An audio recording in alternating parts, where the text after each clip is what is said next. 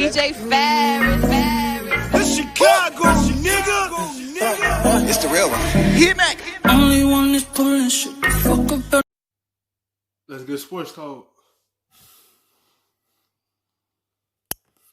The NBA draft is 5 days away, but trade talk is dominating the league right now. The biggest question, could both James Harden and Russell Westbrook be on the move? After ESPN reported they are concerned about the direction they're going in. Here's Kendrick Perkins on First Take yesterday. Time to blow the whole damn thing up. Listen, Russell Westbrook is already gone, okay? He's not coming back. Once he requested a trade, I know Russell Westbrook, he's done, okay? If you're James Harden, you cannot stay there and wait to see what you're going to get back in return, because it's not going to be someone that's going to put you in a title contention or someone that's going to help you win a championship. That was Perk yesterday. Here's jWill today from KJZ across the hall. And you were on this program yesterday, and you said essentially the same thing. You believe both of those guys will be out of Houston. If Russell Westbrook does not want to be there anymore, what is the need for James Harden to stay? Steven Silas has already came out and said that they are going to double down and run small ball again. You have not won playing small basketball. And even if you are able to... Why would you try to duplicate the same thing like this season? It didn't work this year. It's not going to work next year. It's going to hurt in the long run because you're going to have to hit your outside shots. It didn't work, and that's why they got bounced out of the playoffs. You can't run the same thing back. You have to do something new. Run something different. Trade. If you are able to get rid of Russell Westbrook, what assets in return do you get for him? I don't think the trade market value is going to be the same of what it was for Russell 5 years ago, what it is going to be now. I think if you're James Harden, you're going to be sitting there saying, I'm 31 years old. What the hell am I doing in Houston? I love being here. I've given this organization everything I have, but it's time for me to go on to better pastures to make sure that I can find myself inside a world championship. You know, all of the speculation, because Daryl Morey has gone to Philadelphia, will be about the possibility of Harden and Embiid teaming up together in Philadelphia if they can figure out who make a trade. You talked about it yesterday here, maybe Ben. That's not going to work.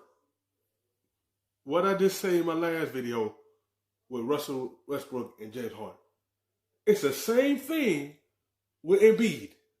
Embiid is the same person. He wants the basketball in his hand at all times, and James Harden wants the basketball in his hand at all times. It's not going to work. Especially Ben had the basketball in his hand, distributing the basketball around. He passing it around. He's the one controlling the offense. He's running the offense. James Harden needs the basketball in his hands because he ball dominant to create.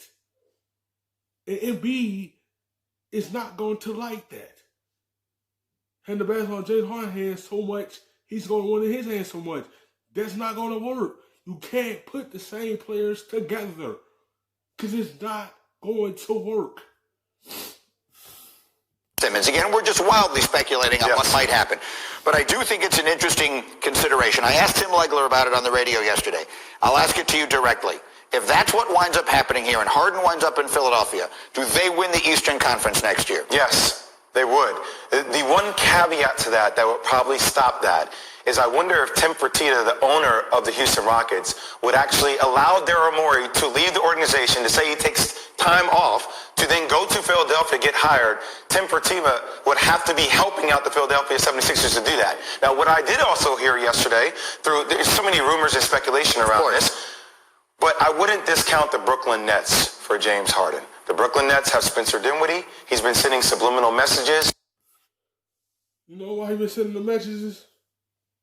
Because the tension is on Kyrie and Kevin Durant. Someone is going to have to sacrifice points on that team. Spencer Dinwiddie, he like to score. LeVert like to score. And your two main superstars are scorers. Someone had to go let their score down. So how this Harden thing is going to work? Unless he wanted to let his scoring go down at this average like 18, 19, and let Kyrie and Durant average 20, you got to try to see if he going to sacrifice his points to be able to help the Nets go deep in the playoffs and get to a finals.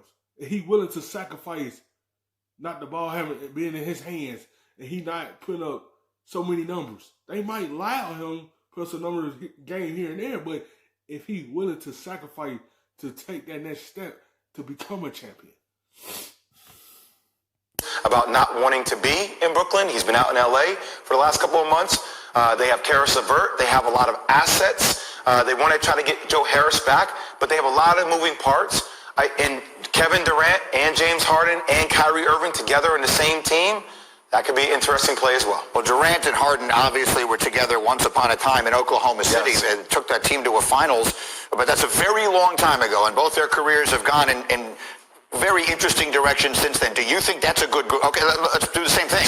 You put that group together, KD, Harden, and... Who's stopping them? Who's stopping them? I mean, they would be the favorite to win the whole damn thing. There's only one ball, though, right? They sales gonna stop him. Kyrie need the basketball in his hands. Durant can play off the ball. It's between Harden and Kyrie. They both are ball dominant as well.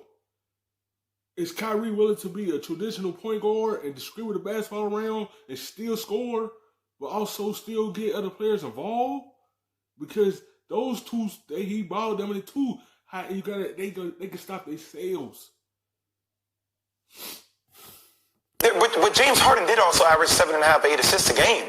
I mean, it's not like the ball sticks. I mean, the one thing, the player you have to worry about is Kyrie, obviously, but you can allow him to be more of a scorer. James can be more of a traditional point guard, but still can score. While we're throwing names out there, the name Victor Oladipo has come up in some conversations. And again, we don't know what's going to happen, but the possibilities of an Oladipo winding up on the move here, as we just, it's fun to recklessly speculate about what might happen in the NBA. Is there a team out there that is Victor Oladipo away from winning the championship? I mean, look, there's so many things. I mean, could Victor Oladipo go potentially to LA? Maybe. I mean, I've heard DeMar DeRozan trade assets to LA. Which LA? That's a great question. Got you. That's a great question. Could it be with LeBron AD, depending upon what they decide to do with some of their assets? Could it be with the Clippers? I still think CP3 is a better fit for the Clippers, but I could see VO go out to LA. I mean, I could see VO maybe go to Phoenix. There's a lot of opportunities for Victor Oladipo. I can't sit here and say I know exactly where he's going to go. No, I know, but man, you put him with LeBron and Anthony Davis with the Lakers, and now you really are talking about a dynasty. Yes. Right? Yes, you are. Yes. I'm going to put it like this. He's a B-level player. Like, he can help you get the job done once he's back to the caliber player before he got hurt. Because by this season, he should be picking it up. And you get him, and let him be your third guy, then you got your team there. He can make an impact as well on the championship caliber team. I mean, that's the way that feels. Anyway, look, it's fun. We're playing fantasy basketball as we work our way towards in this very abbreviated off season. We got the draft, and then we got all this wheeling and dealing. Milwaukee. Well, I mean, they're looking for that, right? I mean, they need someone. They need a number two. Chris Middleton, can he be number two? Could be interesting. Thank you for watching ESPN.